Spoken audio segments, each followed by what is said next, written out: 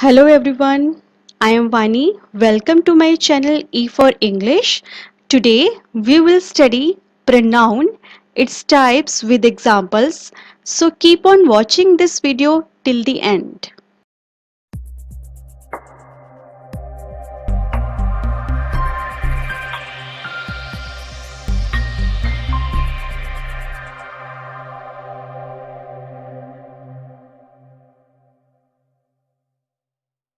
Pronoun. A pronoun is a word used instead of a noun. Pronoun वो word है जो noun की जगह यूज किया जाता है. जैसे कि हम जानते हैं noun किसी भी वस्तु का नाम हो सकता है, किसी जगह का नाम हो सकता है और किसी पर्सन का नाम हो सकता है. उसकी जगह यूज होने वाले वर्ड को हम pronoun कहते हैं. For example, Hari is absent because Hari is ill. इस सेंटेंस में हरी 2 टाइम्स यूज हो रखा है. So it is better to avoid repetition of Hari. So instead of writing 2 times हमने हरी को रिप्लेस कर दिया है ही से. Hari is absent because he is ill. तो ही हरी की जगह यूज हो रहा है जो कि एक प्रोनाउन है. Types of pronoun. There are 9 types of pronoun. Personal pronoun, reflexive pronoun, emphatic pronoun, indefinite pronoun, relative pronoun, demonstrative pronoun, interrogative pronoun, distributive pronoun, possessive pronoun. चलिए हम एक एक करके समझते हैं. पर्सनल प्रोनाउन जिसे हम हिंदी में पुरुषवाचक सर्वनाम भी कहते हैं. पर्सनल प्रोनाउन एग्जाम्पल्स हैं I, we, you, he, she, it. They are called personal pronouns because they all stand for 3 persons. So what are 3 persons? Like the first person is the person who is speaking. First person वो person होता है जो बात कर रहा होता है, जो स्पीकिंग कर रहा होता है. And the person spoken to, जिससे बात कर रहा होता है उसे हम सेकंड पर्सन कहते हैं. और जिसके बारे में बात हो रही होती है, द पर्सन स्पोकन ऑफ, उसे हम थर्ड पर्सन कहते हैं. Second one is reflexive pronoun, जिसे हम नीचवाचक सर्वनाम भी कहते हैं. Reflexive pronoun, it represents the action performed by the subject is on the subject itself. Means अगर सब्जेक्ट कोई एक्शन कर रहा है तो उसका रिएक्शन भी सब्जेक्ट के ऊपर ही होना रिफ्लेक्सिव प्रोनाउन कहलाता है. For example self and selves. Self हम यूज करते हैं my, your, him, her and it के साथ. तो ये बन जाते हैं myself, yourself, himself, herself. और सेल्स हम यूज करते हैं प्लूरल के साथ, लाइक आर, देम और योर के साथ. और ये बन जाते हैं ourselves, themselves, yourselves. Sentences I hurt myself. इसमें आई जो वर्क कर रहा है उसका रिएक्शन भी सब्जेक्ट के ऊपर है, उसने अपने आप को चोट पहुंचाई. तो इसमें myself is a reflexive pronoun. They hurt themselves, उन्होंने अपने आप को चोट पहुंचाई. So here themselves is a reflexive pronoun. Emphatic pronoun, जिसे हम दृढ़तावाचक सर्वनाम भी कहते हैं. What is emphatic pronoun? An emphatic pronoun is that which is used to add emphasis to the subject of the sentence. ये pronoun वो word है जो किसी sentence में subject को ही emphasis they. Like examples are self and selves. When we use self with my, your, him, her, it, तो ये बन जाते हैं myself, yourself, himself, herself. और सेल्स को हम प्लूरल के साथ यूज करते हैं like ourselves, themselves, yourselves. लेकिन ये रिफ्लेक्सिव से बिल्कुल अपोजिट है. इस पे सब्जेक्ट के ऊपर रिएक्शन नहीं हो रहा है, बल्कि सब्जेक्ट जो है उसको एम्फसिस किया जा रहा है. So what is the difference between reflexive pronoun and emphatic pronoun? आपने इसमें कंफ्यूज नहीं होना है, क्योंकि रिफ्लेक्सिव और एम्फेटिक में यूज तो सेम एग्जांपल्स हो रहे हैं like myself, ourselves, लेकिन उनका किस जगह पे यूज होना है, किस तरह से यूज हो रहा है, वो उनको डिफ्रेंशिएट कर रहा है. Like for reflexive pronoun, they are used as objects of the verb when the action of the verb returns to the do. The subject and the object of the sentence are the same person. Reflexive में subject and object एक ही person होते हैं, और इसमें जो subject work कर रहा होता है उसका वो वर्क का रिएक्शन भी सब्जेक्ट के ऊपर ही होता है. Like I hurt myself, मैंने अपने आप को हर्ट किया, तो इसमें myself is a reflexive pronoun. Second one is emphatic pronoun. They are use to emphasize noun और प्रोनाउन. ये यूज किए जाते हैं नाउन और प्रोनाउन को एम्फेसाइज करने के लिए. Like she herself opened the door. इस सेंटेंस में herself is an emphatic pronoun. इसमें नाउन और प्रोनाउन को एम्फेसाइज किया जा रहा है, और इस सेंटेंस में शी एक प्रोनाउन है जिसको एम्फेसाइज किया जा रहा है by herself. So herself is an emphatic pronoun. Indefinite pronoun, जिसे हम अनिश्चयवाचक सर्वनाम भी कहते हैं. Indefinite pronoun. Sometimes the pronouns used in a sentence do not refer to any particular thing or person. They are used in a general way. Such pronouns are known as indefinite pronouns.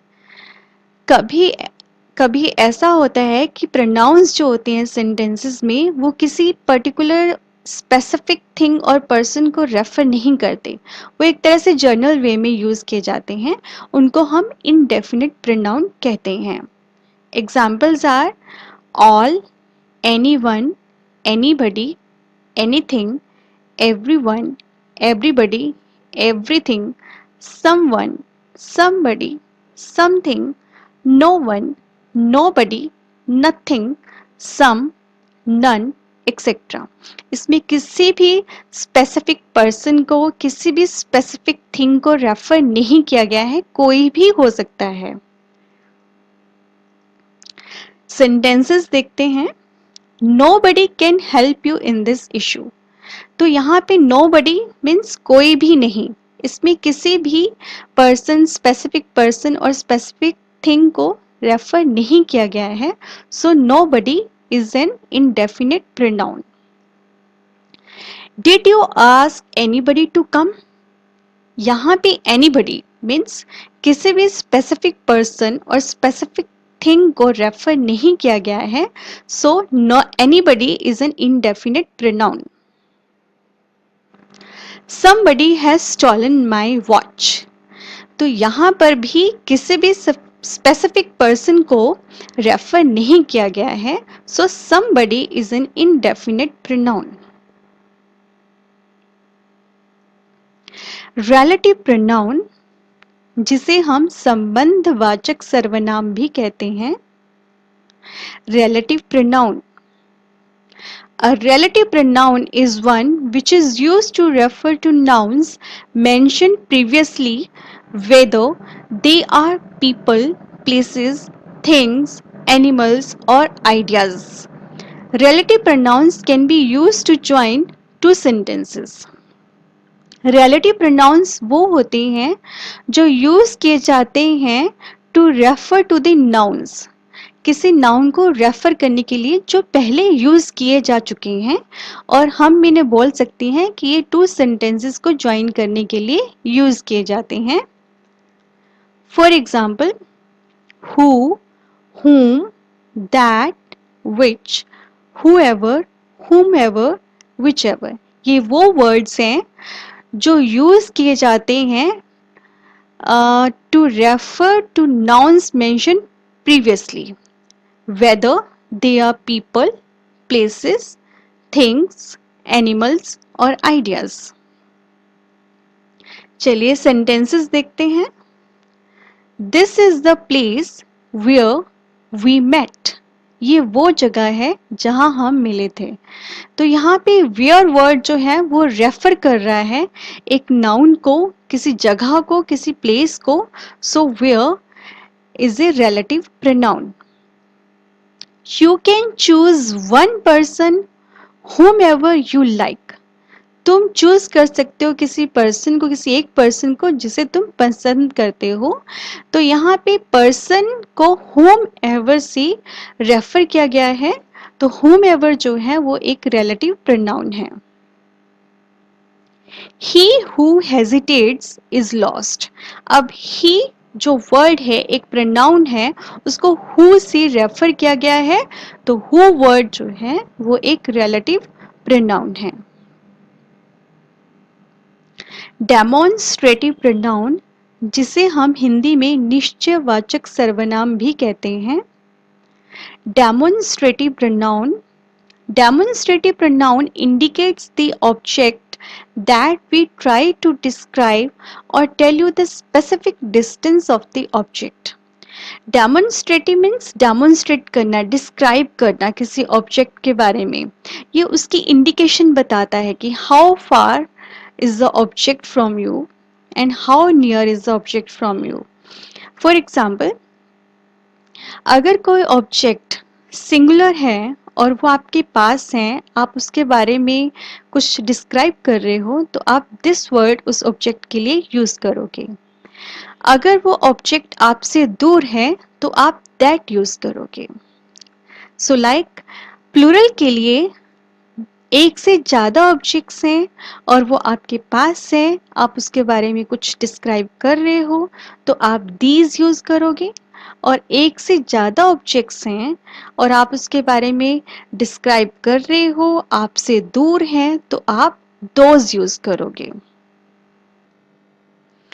चलिए हम sentences देखते हैं demonstrative pronoun के। This is my book. Here this is a demonstrative pronoun. यह एक book की बात हो रही है जो पास में है, इसलिए दिस का यूज किया गया है। These are my books. So here these word is a demonstrative pronoun. Next one is interrogative pronoun, जिसे हम प्रश्नवाचक सर्वनाम भी कहते हैं। Interrogative pronoun, the pronouns that are used for asking questions is known as interrogative pronoun, जो questions पूछने के लिए यूज किए जाते हैं। For example, what, who, which, whose, whom, etc। चलिए सेंटेंसेस देखते हैं। Who is there? तो यहाँ पे who वर्ड जो है वो एक इंटेरोगेटिव प्रोनाउन है। What do you want? So what is an interrogative pronoun? Which are your books? So which is an interrogative pronoun? Whom did you see? Whom word is an interrogative pronoun. So what is the difference between relative pronoun and interrogative pronoun?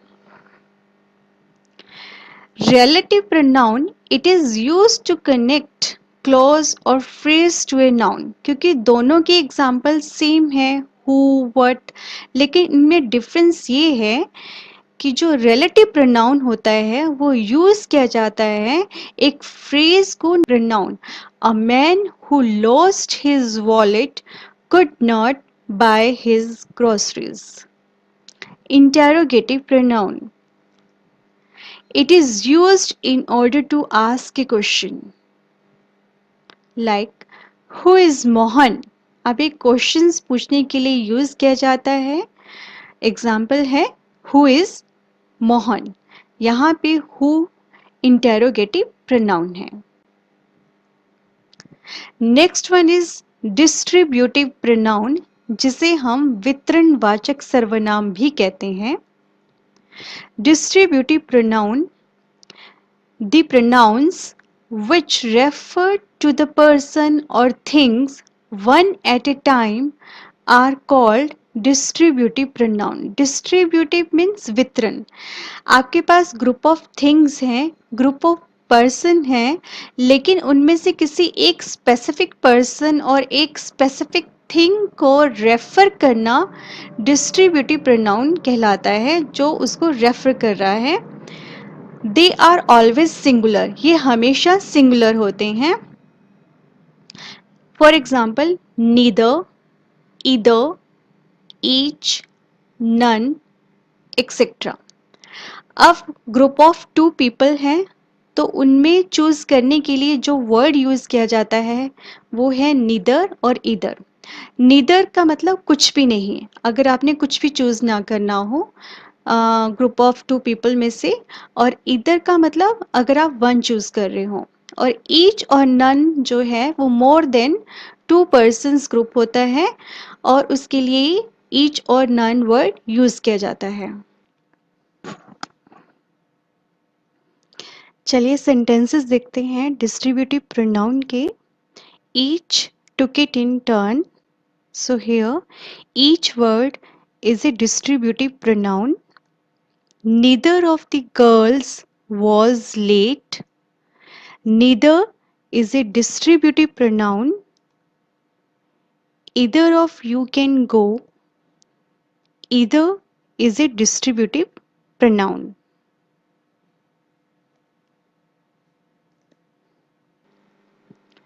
Next one is possessive pronoun जिसे हम अधिकारवाचक सर्वनाम भी कहते हैं possessive the pronoun which shows the possession or ownership is called possessive pronoun जो ownership show करता है कि ये मेरा है for example my mine hers yours ours etc thanks for watching kindly subscribe to our channel और अगर आपको ये वीडियो पसंद आए तो लाइक करना मत भूलिएगा थैंक्स वंस अगेन